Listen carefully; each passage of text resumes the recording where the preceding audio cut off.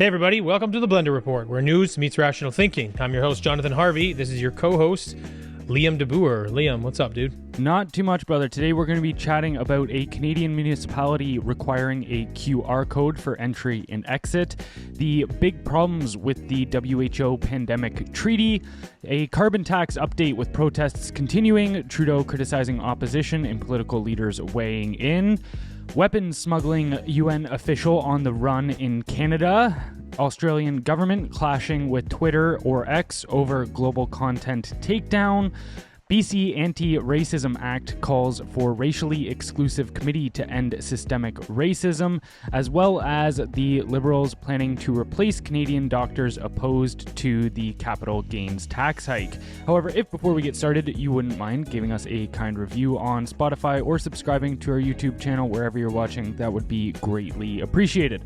All right, let's get started.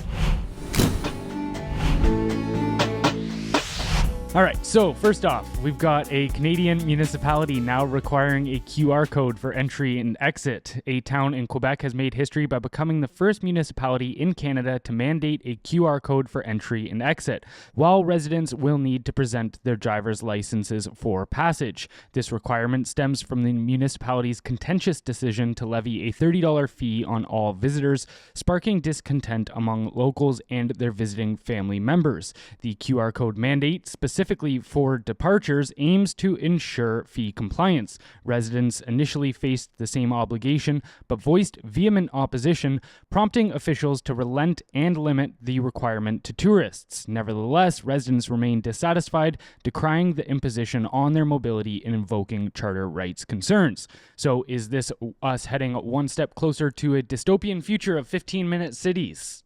Yeah, I mean, 100% we are. It's, some might argue that it's a small town of just 12,000 people, so who really cares? It's insignificant.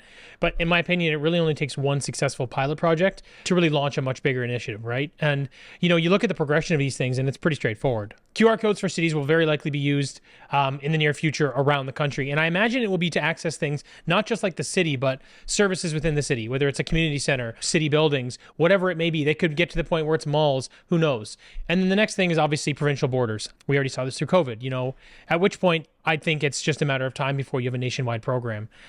And then when you have something like that, you need a centralized database, which basically means now you have digital IDs. It's all a pretty natural progression. And now it may sound a little hyperbolic, but once they start implementing these things and limit movement for any reason, which they're doing in this small town, I think it's pretty much game over. And I mean, if things get to this point, it's very likely that we will be facing a full-fledged social credit system, similar to what we see in China, where people with low scores face travel bans, where they can't buy tickets for trains or planes, and it obviously impacts their ability to see family or work. And, it gets pretty insane over there, but there's also cases where they limit your ability to even get a passport or to get a visa to travel. Now, people say, hey, look, that's dystopian, and Canada's nothing like that. But look what happened through the pandemic. So like I said, I mean, this may sound a little hyperbolic, but governments have demonstrated a pattern of leveraging events like the pandemic. They use these things to expand their authority and their influence. And they've proven if we give them 1 inch, they'll take a mile. And then we also saw the Canadian Border Services Agency is planning to implement facial recognition technology for Canadians crossing the border. This technology would allow travelers to use their smartphones to match a photo from their electronic passports with a selfie taken using their phone. So they're very much building these structures into our technology today. And then you see what they're talking about with their targets for these C40 cities. Now, this little municipality in Quebec obviously isn't part of the C40 initiative. But when you scale that up to look at, okay, what would this kind of project look like on, say, somewhere like Toronto or Edmonton, both in Montreal, all cities that have declared they are part of the C40 initiatives.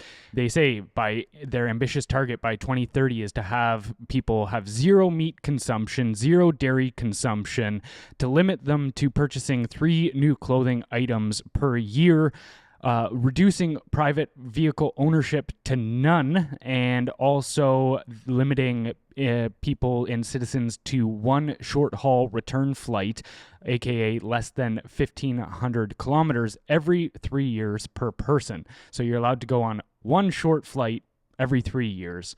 And of course, this technology is going to be used for these purposes to try to hit these goals. And it's also important to note that this is all part of what they call an agenda.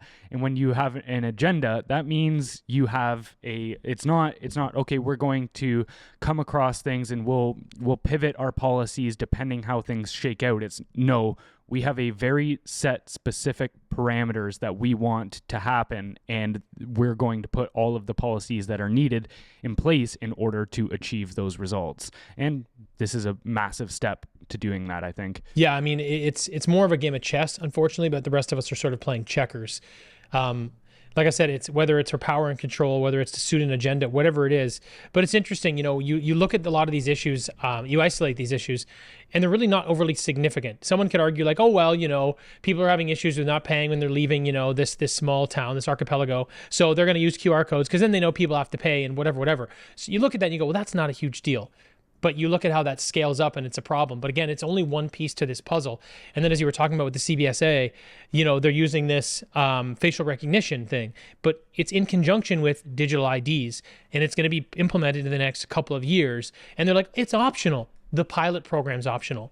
Once the pilot program works, then it's no longer optional, right? And the problem is, it's not just about the CBSA and it's not just about this small town in Quebec. It's this coordinated effort that these people are putting forward to work towards this agenda. It's just, the challenge is humans, we don't solve long-term problems very well. We know what's in front of us and we deal with it. You know what I mean? We just don't plan ahead like that, but that's how governments work. Governments work to maintain control for hundreds of years, if not more, right? So when they play these games, it's very easy for them to spin it in the media to be like, no, that's not what this is. We're not doing that. But it is all working against us. You know what I mean? And what is actually a little surprising when I say this out loud is why they would even share their agenda.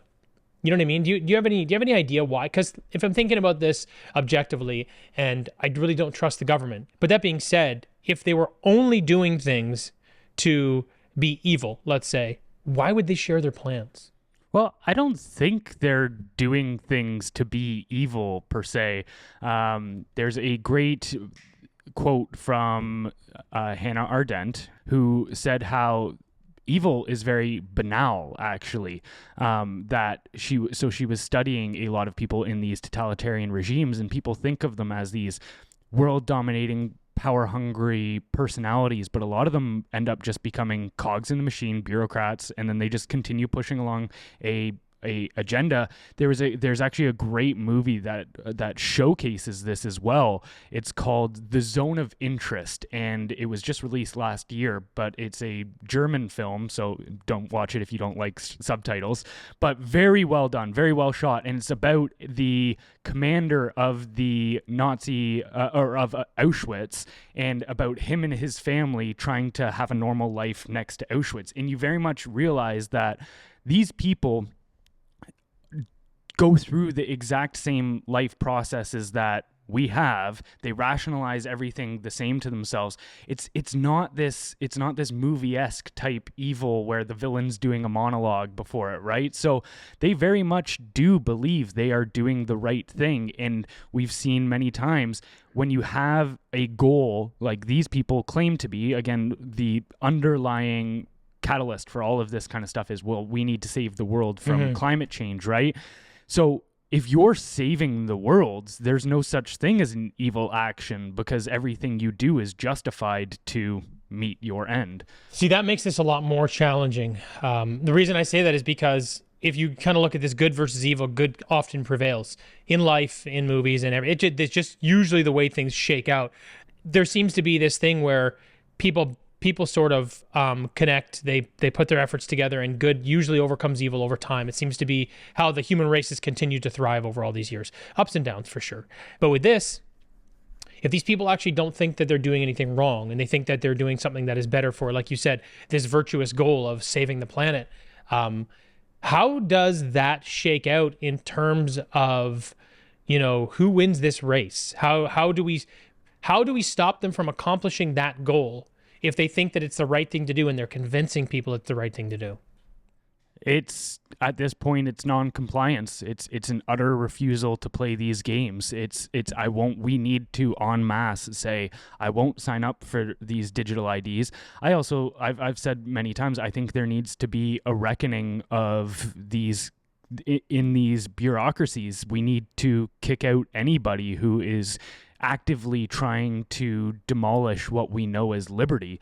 And this is what this is. When you've got people that are saying, hey, our agenda is to make sure you don't eat meat, that we are going to now control everything down to your dietary choices, that is the complete removal of freedom. And again, they're going to do it through ways they won't say, oh, we're going to enforce it by policy that you don't eat meat. We're just going to levy so much taxes on corporations and such that it becomes impossible for them to produce meat and sell it to you for a profit. And then that way they'll just say, okay, well, it's all optional.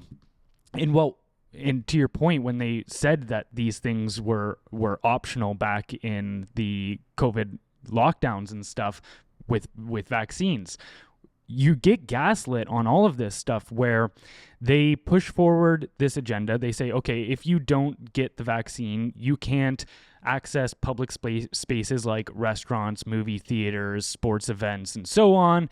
You will also pressure your places of employment to terminate you if you don't get vaccinated and such. But then they turn around and say, no, the vaccine was completely optional. And it reminds me of an Animal Farm quote from Orwell where he said, all the work was strictly optional, but any animal which did not partake would have its rations cut in half. And that's exactly what we see here. And so, honestly, I don't see any way that, circling back around to your question about what do we do here, again, it just needs to be and I don't push for violent revolt, but it needs to be a very loud nationwide refusal of these things, and just make it known wholeheartedly that we are not going to stand for this. Yeah, it's going to be a tough battle because it's not good versus evil. Optically, it's one good versus another good from their own sides, which I know I'm sure happens here and there, but things are usually more objective. Someone can say they're good, but when they're wiping out a village of people, it's pretty clear who's good and who's bad. People like you and I, we get the label as far as from the top, the elites of the world. We very much get the label of the evil. We're the ones that need to be censored because and again, anytime revolutions of these things occur, people that don't go along with the agenda get labeled as extremists, counter-revolutionaries, threats to national security, and so on. And that's 100% what people like you and I have been labeled. And many people won't say what they truly feel just because they're afraid of that label getting attached to them, which is justified. It's a scary thing. But again, I've always just said the consequences of that little social kickback, that little social pressure, those consequences are nothing compared to the consequences of if we all stay silent and go along with this. Yeah, I mean, that's a good point you make. It's the same point actually plays itself over again where, even people like you and I want to push back, and then we are vilified as the evil because the tools that they are using. So they actually make us seem like we are the problem because we don't like this sort of dystopian future that they're trying to create. And again, they say, well, we have to silence them because we're trying to save the planet and they're trying to stop us. So yeah, it's weird. I mean, I guess that's maybe one signpost you could look at to say, hey, whoever is trying to suppress free speech is never the good guy. Yeah, that's a very good rule. Anyone who is trying to control the flow of information does not have your best interests in mind. Going back to this original municipality here, despite objections, the mayor defends the measures as necessary and insists the QR code and license checks are legal. His primary concern now is combating misinformation among citizens. So again, my primary concern is this is undoubtedly good. I don't care how many people tell me it's not. And now my primary focus is going to be making sure that you guys don't have access to anything I deem misinformation. Utter insanity. And this leads us into what these QR codes and digital IDs might be used for, which is the second story of the day with big problems with the WHO pandemic treaty. So the World Health Organization is urging countries to finish up the details of the global pandemic treaty by May 27th. Negotiations between member states are set to resume on April 29th. The aim of this treaty, according to the WHO, is to keep the world safe during health crises like pandemics. It would give the WHO the authority to decide when to enforce legally binding health rules, such as global vaccine requirements and lockdowns. the first concern with this is loss of control. So there's a debate about whether the WHO would simply oversee the pandemic treaty or if it would have the power to enforce quote unquote legally binding health guidelines on member countries. So the Director General of the WHO has stated that this is a absurd concern, and again, it's all coming from conspiracy theorists and misinformation suppliers, essentially. And so, what's your thoughts there? Is this a legitimate worry of loss of control? Well, of course it is. You're centralizing power at the top. Anytime you see something like that, that's the inevitable outcome. I find it challenging that they this is a bit of gaslighting here when they say these kinds of things, they're like, well, you're a conspiracy theorist if you think this is happening, but your literal goal here is to centralize power. So the sort of definition of that would be to take control away from the group beneath you. That's how that works. So if you're going to be effective at all in enforcing this pandemic treaty, then countries and nations have to lose control. So it's just doublespeak, to be honest with you. And then we've seen also, like in May 2023, the WHO proposed expanding its powers through the pandemic treaty to address COVID misinformation, which they argue erodes public trust in health authorities and science.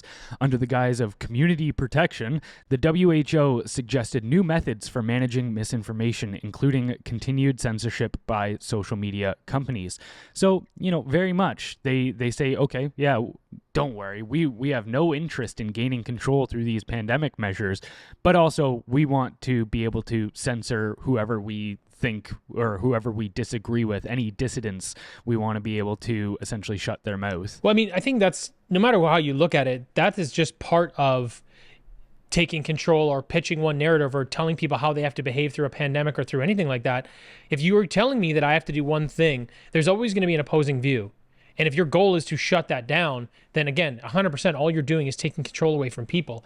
All these global organizations just seem to be grasping for more power, which it's a huge concern for me. I mean, the nice thing about the global organizations is everyone seems to be skeptical. You know what I mean? They don't trust, like it's harder for people to distrust municipal governments and provincial, and even sometimes your own national. But when you look at these global organizations, I gotta think most people that know anything about them are like, yeah, they're full of corruption. At least that. Yeah, and I stumbled across a pretty interesting finding about the WHO and its director last night while looking into this. So I was reading this article by the Daily Mail about somebody who accused the Director General Tedros. How do you say his last name? I can't even. There's good luck. Ghebreyesus. I think that's not bad. Tedros Ghebreyesus. If I knew his background, I might have a better guess. Ethiopian. Nope. Didn't help. I was reading this article, and a Nobel Peace Prize nominee has accused the Director General of the WHO of allegedly aiding genocide in Ethiopia. American economist David Steinman, who accused WHO Chief Tedros Ghebreyesus, I'm pretty sure I've said it different 3 times now. One of them's right. Of being Just a crucial decision maker who directed Ethiopia's security forces from 2013 to 2015. He accused Tedros of being one of 3 officials who were in charge of the security services over that period, during which the killing and torturing of Ethiopians took place. And so I looked at this and thought, wow, these are pretty crazy allegations to levy against somebody. How legitimate are they? And it's very hard to find. There's been no real articles or any spotlights put on this, but when you go and push all the pieces together, it looks a little bit concerning on the face of things. So he got appointed in Ethiopia's government in 2005 by the Tigray People's Liberation Front, and immediately that set off alarm bells for me, because anytime somebody uses the word liberation or democratic or this whatever for the people in their political title, I immediately go, 99% chance that's Marxist. And of course it was. So the TPLF, again, the party that put him in power, was one of the key parties in the Ethiopian People's Revolutionary Democratic Front, which governed Ethiopia from 1991 to 2018. The EPRDF was founded on Marxist-Leninist principles, with the TPLF being one of its major constituent parties. So the same year that he got put into power, the Ethiopian government cracked down on peaceful protests about a election corruption that was taking place within the country. And even international organizations, other countries have all said that, yes, for sure, there was human rights violations there. There was political violence, extrajudicial killings, and suppression of dissent during the TPLF's rule. One thing that I know about Marxists as well, and Marxist parties, is you have to have unrelenting loyalty to the party ideologically as well. So how much Tedros had, this guy is saying that he was a key player. This economist is saying that he was a key player in the decisions to oppress the Ethiopian people. I couldn't come across any data on that. But the thing is to keep in mind, again, you don't get to be part of these political parties, of Marxist parties, unless you are top to bottom aligned with them on everything. And now this is the guy in control of the World Health Organization, at the pinnacle of the World Health Organization. So either there's two options here. Either he is 100% a Marxist and is completely on board and is guilty of heinous crimes in his home country, or he was willing to look the other way and play the political game and say things that he didn't believe to have his own power and status within the political party. Either or, this guy's character is obviously top to bottom questionable, at the very least. Yeah, that's pretty heavy. I mean, he kind of gives me Justin Trudeau vibes a little bit. Yeah. Like it's almost like I recognize that maybe things haven't been as violent here in Canada, but you look at a guy that's one of two things, those exact things you said. Either he's evil and committing these heinous crimes against Canada, or he's just playing a part because of what he's doing next, which I wouldn't be surprised with is either at the UN or somewhere like the WHO. So yeah, it's interesting though. You see a lot of commonalities in the behaviors of people that are in power, right? It's that weird thing, like the people should be in power are the ones that don't want the power. There are only so many people in the world that would do stuff like that. It's a very, very small percentage. Most people in the world have a lot of good in them. But for you to be like Justin Trudeau over the last 8 or 9 years, or for him to be like Teddy G here, there's some evil inside of you. I'm sorry, there just is, and that your goal here is to get power over people. That's what makes you thrive, and it's just a shame because we've got a system in place that I'm of the opinion is far too big to fall, and it's all being run by people like this. Yeah, one of the things that I've realized that separates heroes from villains isn't necessarily the power that they have; it's how they wield that power. So a hero uses any power they have in order to fight for principles that they believe in, say, for instance, justice, freedom, and so on. Mm-hmm. Or you've got villains who use their power, any power they do have, to accrue more power. That's the only goal, is power and control. And that, I mean, when you look at everything these international organizations are doing, it is just 100%. Give us more power and control over your lives. Trust us, we're the good guys.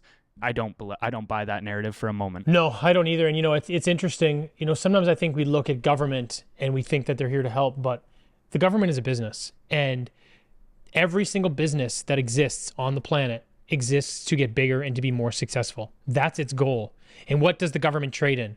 Tax dollars and power. That's it. So their goal, like every business in the world, is to get bigger, and that's the currency that they work within. So I guess why would we expect anything different? For sure.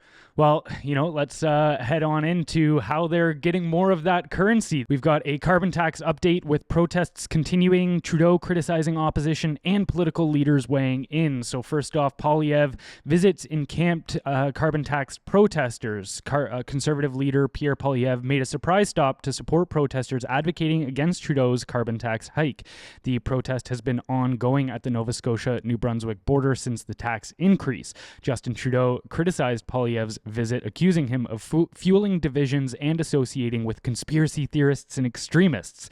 During his visit, Poilievre criticized Trudeau, labeling him a liar and questioning his policies' impact on the middle class. He expressed solidarity with their cause, calling it a Canadian tax revolt and encouraging their persistence. So again, this just goes right back to what I was talking about. all tyrants in history have labeled anybody who pushes back or questions their rule as extremists, which is exactly what Justin Trudeau has done here. So what was your thoughts there on Poilievre stopping in on the protests? Yeah, I mean, I think it's good to see him continuing to sort of try to connect with the people. I think that's what Canada needs right now. I'm not at all surprised that anytime you do something like that, you're being called an extremist or you're against, the government or anything like that. Like Trudeau's going to say whatever inflammatory term he needs to.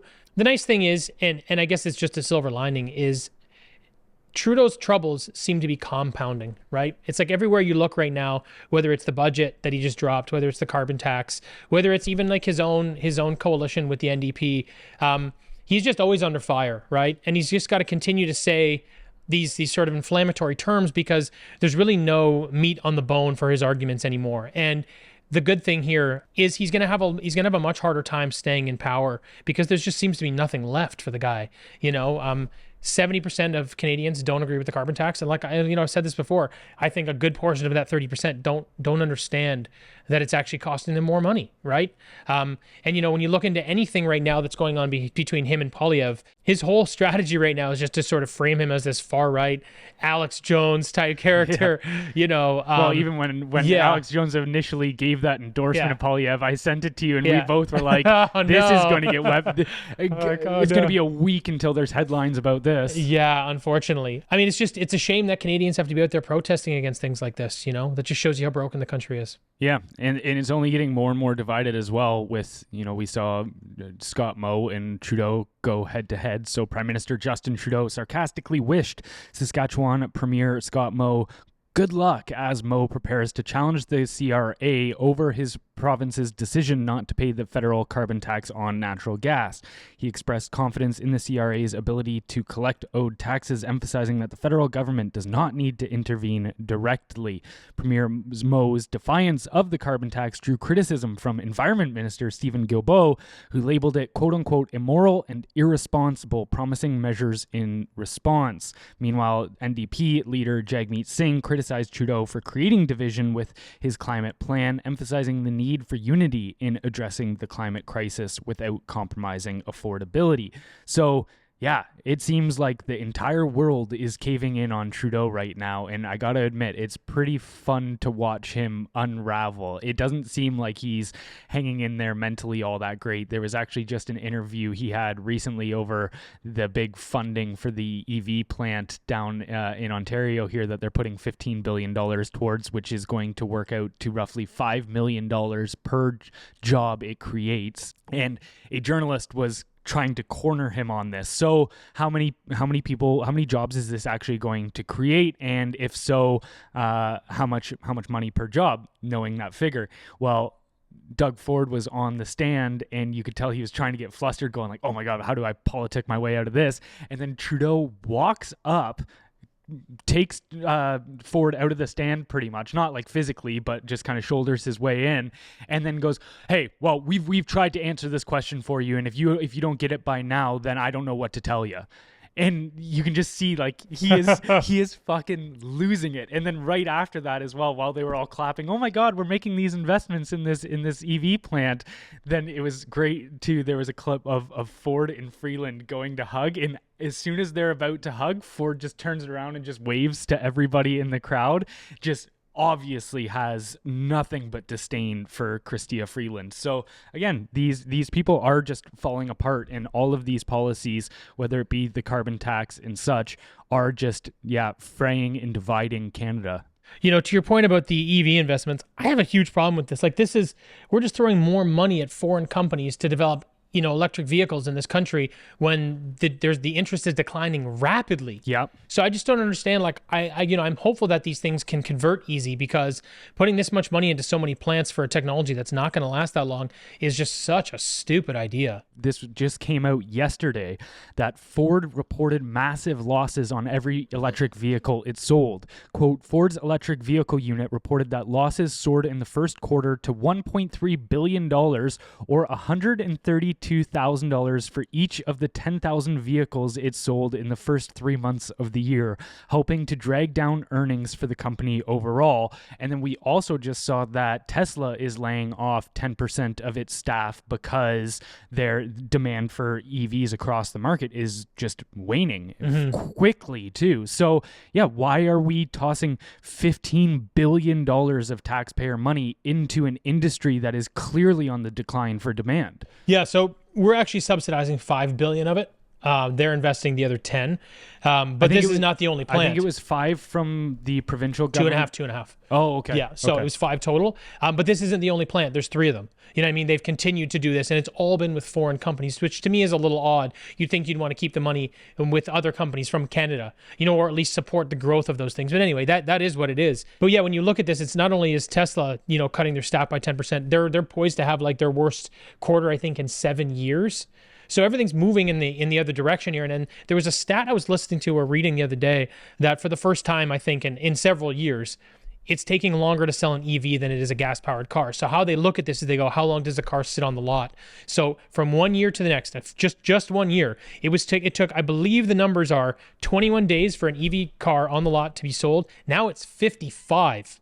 That happened in 1 year, except it only takes about 50 days or so to sell a gas-powered car. So they're actually more popular again than the EV market. So we're going in the complete opposite direction. And when you kind of dig into all the environmental concerns and how long you have to drive an EV to, actually extrapolate that environmental positive, then you also look at the fact that I think it was the Fraser Institute that said we need to increase the power grid by 15.3% between now and 2030 to make this even possible for these EVs. And they go, that in and of itself is an impossibility. And we're not even trying to do that. In fact, what we're doing is we're trying to use more expensive green energy, which is actually limiting our production volume.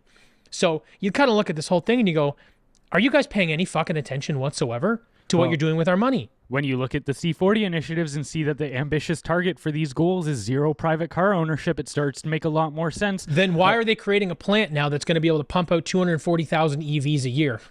Well, because I think they know that, yes, on a resource front and on a energy production front, that it is an impossibility, but these are the ways that they sell you. No, we're making these changes and we're going to head down the right path, but what people don't realize is there is a dead end at the end of that path. You know what's actually even more frustrating, and I kind of feel for the companies and the tax dollars that are going into this?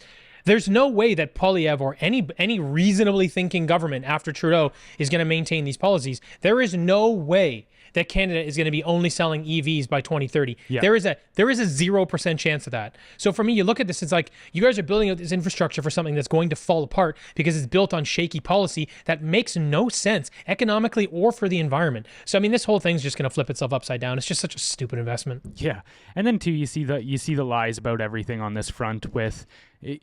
Okay, well, we need the carbon tax to fight climate change, and climate change is so evident because of the forest fires that we see all the time. Trudeau is just on a campaign about forest fires. But then, yeah, there was a report that just came out about the over 200 fires that have already happened this year in Alberta.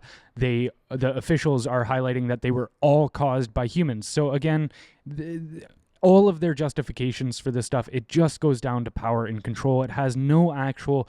We need to stop thinking that they have a actionable outcome to these policies. It's just about power and control. Same page here, bro. Same page here. All right, so a little bit of corruption from the UN is coming out, another international organization everybody is not in favor of. So weapons smuggling UN official is on the run in Canada. The RCMP announced charges against 2 former United Nations workers who are facing conspiracy charges for trying to sell Chinese military equipment to Libya while they were based at a UN office in Montreal. According to RCMP Sergeant Charles Poirier, the 2 men attempted to arrange a deal between China and Libya involving advanced Chinese drones with missile capabilities. So how is it that large-scale criminals and terrorists are continually being uncovered in the midst of these UN agencies? Yeah, I mean, the short answer is it's a corrupt organization, right? Like, it's just what it is. And it's, look, people could argue like, oh, it's such a large organization. I think there's 37,000 direct and 125,000 through all their agencies of employees. but you're still accountable for that. Yeah. That's how that works, right? And so I did a little bit of research here because it's obviously not the first time members of the UN have been caught on the wrong side of, some bad dealings. So just going back it's still 20, 30 years ago max.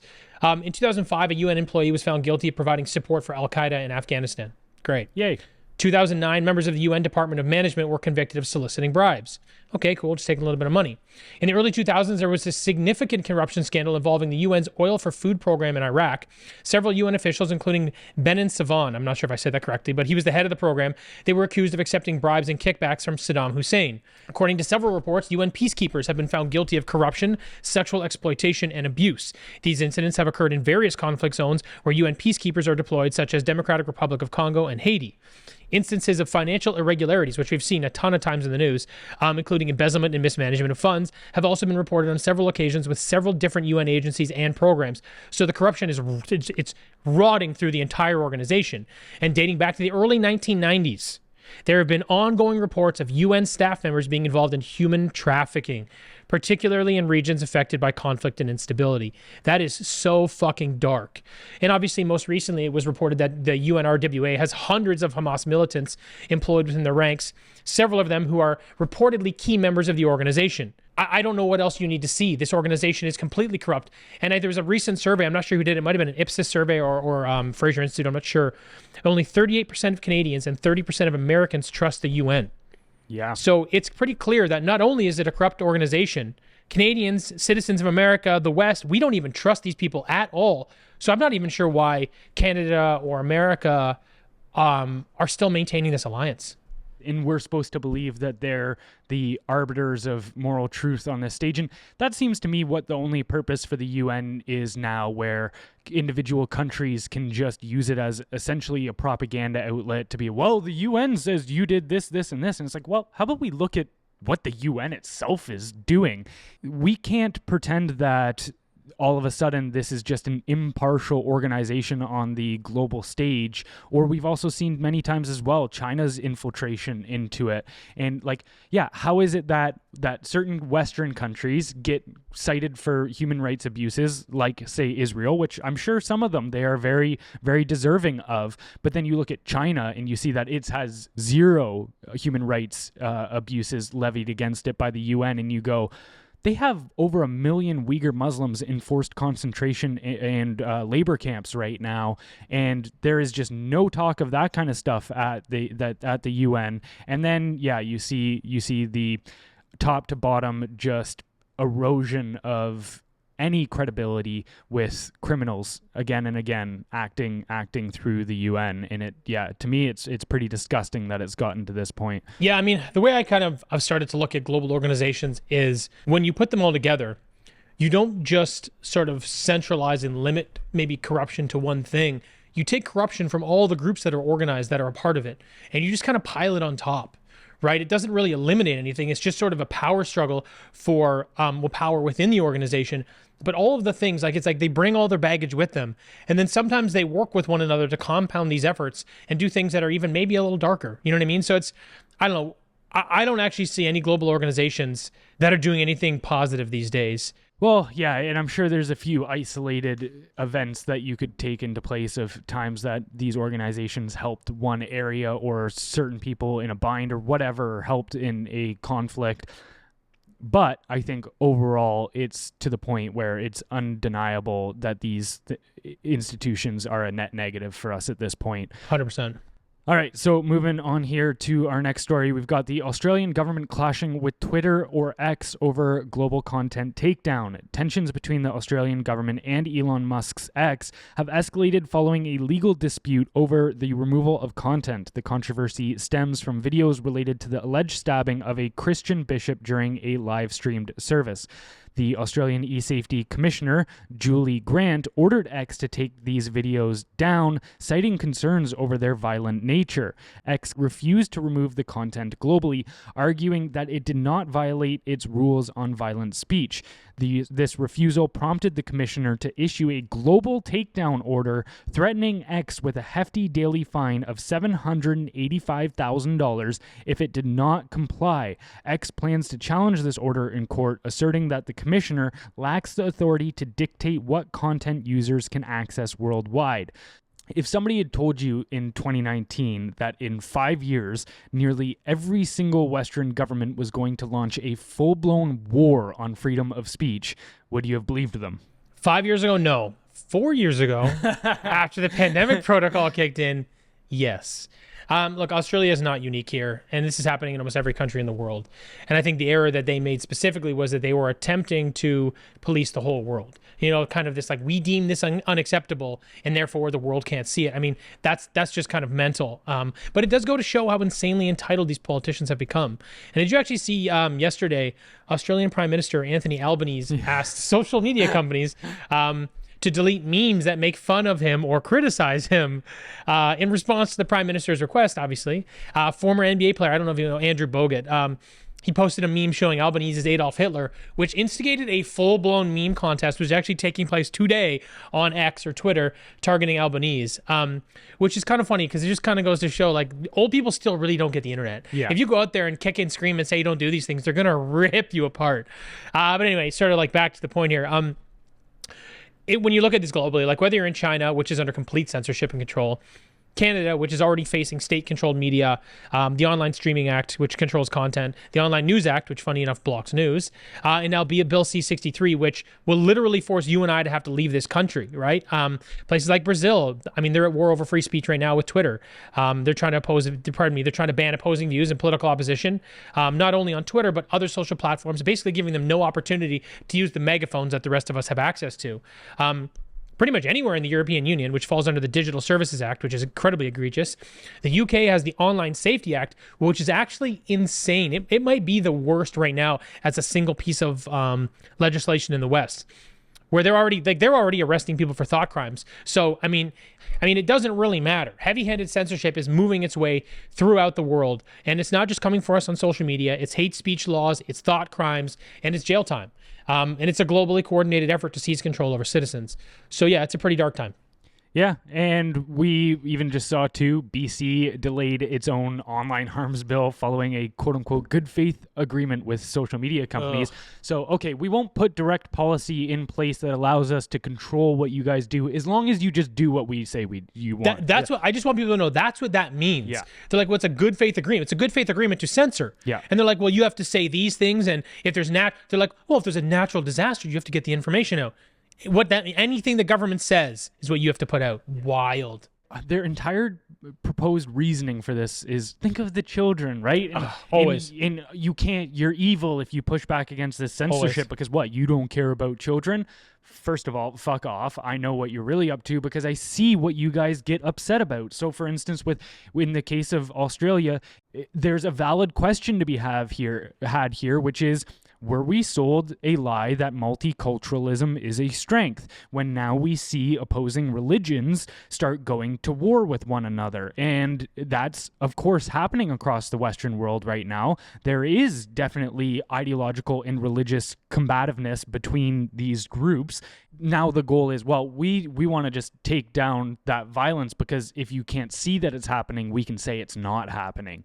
And then also, too, you see where these people's minds are at when the Liberals just tried to outlaw calling Trudeau corrupt in Parliament. Now, this wasn't something they were trying to do across nationwide speech or within social media companies, but in response to repeated accusations of corruption against Prime Minister Justin Trudeau and his government due to various scandals and ethics breaches, Liberal MP and Deputy House Leader Mark Garretson proposed banning the word corruption rather than addressing the issues within their party and government activities. So again, if we make sure that you can't accuse us of these things, well, then we're not guilty of them. Yeah, it's crazy. I mean, it's objectively true. Yeah. That's what's challenging for me. That was a big step. That was pretty wild that they even tried to go down that line. I'm glad, even though the House Speaker's liberal, he's like, no, we're not going to play that game. Heading into our next story here, which is BC Anti-Racism Act calls for racially exclusive committee to end systemic racism. So a British Columbia NDP MLA is trying to get taxpayers to fund a no whites allowed committee to quote unquote eliminate systemic racism. If passed, the committee would create a framework for the province to combat racism. All members of the Provincial Committee on Anti-Racism under the bill would have to be quote-unquote racialized and, quote, have expertise in working to eliminate systemic racism and advance racial equity. Taxpayers will fund their work and will reimburse the racially exclusive committee for quote-unquote reasonable travel and out-of-pocket expenses. So, this again goes to this idea, which is exactly what's happening right now, is we are going to cloak anything and all of our power grabs in things that make you sound instantly evil if you oppose. So, okay, if you don't think that we should be able to exclude whites because we're trying to solve racism, undeniable mental gymnastics happening there. I mean, I would go 10 out of 10 for mental gymnastics across the board if I was a judge. But it goes to this idea where we're going to call anything we want to control harmful and oppressive until we control it. And we are going to do harmful and oppressive things with that power once we control it. It's mind-boggling that we've gotten to a place where this is not that this is being considered like, oh, maybe it's justified. Some people actually sit back and think these people are doing good. You go, no. It's very clear that the anti-racists are the racists. Yeah, that's exactly my thought on this. This is racist. Yeah. You know, look, the ideological left in the world is trying to convince a generation of people that being born white is bad. I'm not really sure why, but that's their intention, that minorities can't get anywhere without a handout. They're creating a generation of entitlement for some and guilt over things people have no control over for others. And it's honestly so divisive. It's solidifying class systems based on victimhood. And I mean, this ideology, in my opinion, is very much stealing personal power away from people by convincing them these barriers exist that don't. It's literally doing the opposite of why they claim to exist, which is for equality and unity. I'm of the opinion that intelligent, free-thinking, responsible, ambitious people don't buy into this crap. Corporations are dropping these ridiculous DEI programs left, right, and center because most of society has had enough of this nonsense and they kind of want to move on. Unfortunately, these bullshit government bureaucrats need to justify their existence, so here we are. They say equity, right? Equal outcome for all parties. Again, that's a very Marxist principle. It was by the also way. impossible. Yeah, it is definitely impossible. And we can see already the outcomes of these things. So Bloomberg even did a piece on this. Corporate America promised to hire a lot more people of color. It actually did. And then in the article, they say, according to recent data, 94% of new jobs went to people of color. The data specifically states that 302,000 of the 323,000 new jobs added by S&P 100 companies between 2020 and 2021 went to people of color, with only 20,000 of those jobs going to white workers. So they'll say, we want to make sure that we're equal representation across the board, right? Well, okay, America's population is 59% roughly white people. Why is it that they're getting, what's that, 6% of the jobs? This is clearly discrimination. It's not equaling the playing field. It is clearly tilting it in the opposite direction that they claim to be fighting. Well, I mean, what this does is create division, right? So humans, we have this problem where we can identify what the issues are, but instead of actually solving the problem, what we do is we like to balance the scales. Like, oh, well, you did this hundreds of years ago, so we're going to do this now to balance it out. It's like, well, the only people suffering are the people today because there's this timeline people aren't considering when they play that game, right? So for me, the whole thing is completely ridiculous. I just don't know how it comes to an end. You know, you look at a lot of this stuff and because it's kind of permeated through these government organizations, I don't know how we see it sort of correct course. Do you know what I mean?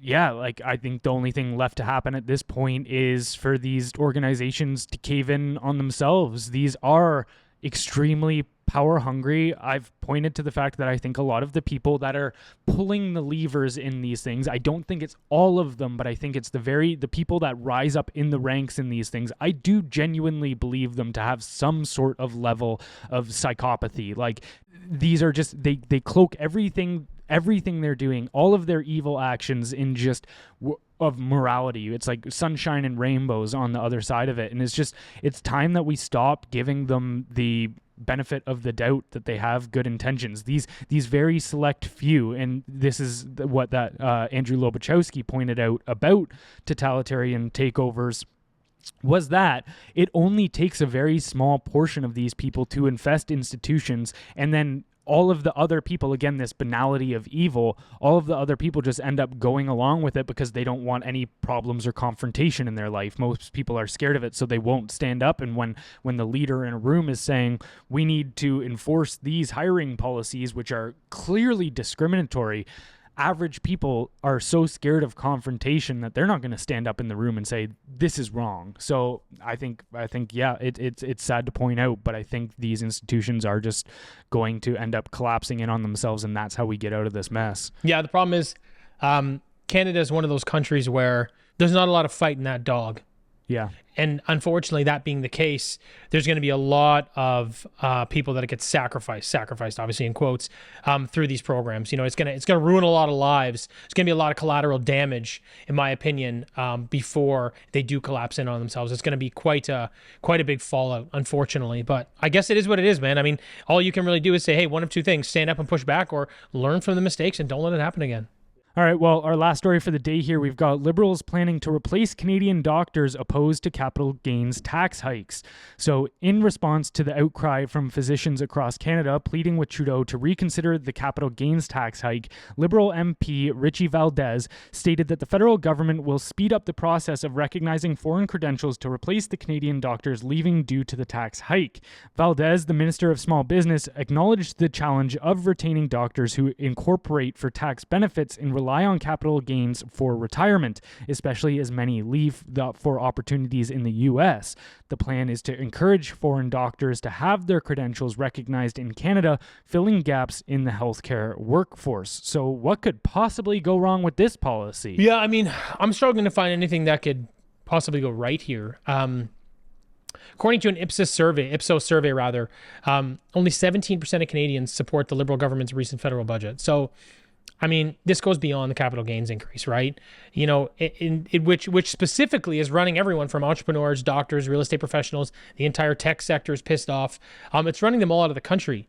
And, you know, the budget is increasing our debt by over $100 billion more in the next years to come. In fact, there's really no effort to balance the budget. I mean, as a result, public servicing costs, which currently stand, I believe, at $54 billion, are expected to soar by another $10 billion in that time, which means at that point, 10% of every dollar that goes to the government from our tax dollars will be going to interest payments. And I believe at that point it's actually going to be, if things continue on the same trend, that's going to be more than the GST revenues, which is absolutely wild. Not only will this absolutely hamstring the upcoming generation with a mountain of debt, it limits the government's ability to invest into essential services like Canada's failing healthcare system, which kind of brings us back to the doctors. What an absolute slap in the face to physicians in this country. I mean, if you needed another example of why the government does not care about any of us, here it is. What's even more frustrating than being immediately replaced for disagreeing with an excessive taxation policy is that Canada has been short on doctors for many, many years. Yet they've never done anything like this. They've never said, hey, we're going to fast track this or recognize, you know, your education for another country to solve this problem. But it's interesting how quickly they are willing to do it when it comes to replacing someone that disagrees with their taxation policy. It's just, you know, this isn't your country anymore, I think is what that means. And even Trudeau will say it himself. So at the same press conference where he snapped on that reporter, listen to what he says. And this is a very quiet part out loud, right? And when you read through the lines. Yes, there are politicians who sit back and say, no. We've got to balance the budget at all costs, even if it means not investing in Canadian workers and investing in the future. Well, I think they're wrong. And that's part of the choice Canadians get to make over the coming year and a half when we get to a federal election. Are we a confident country that invests in ourselves, in our workers, in our future? Or do we sit back and say, okay, we'll let Canadians sort themselves out?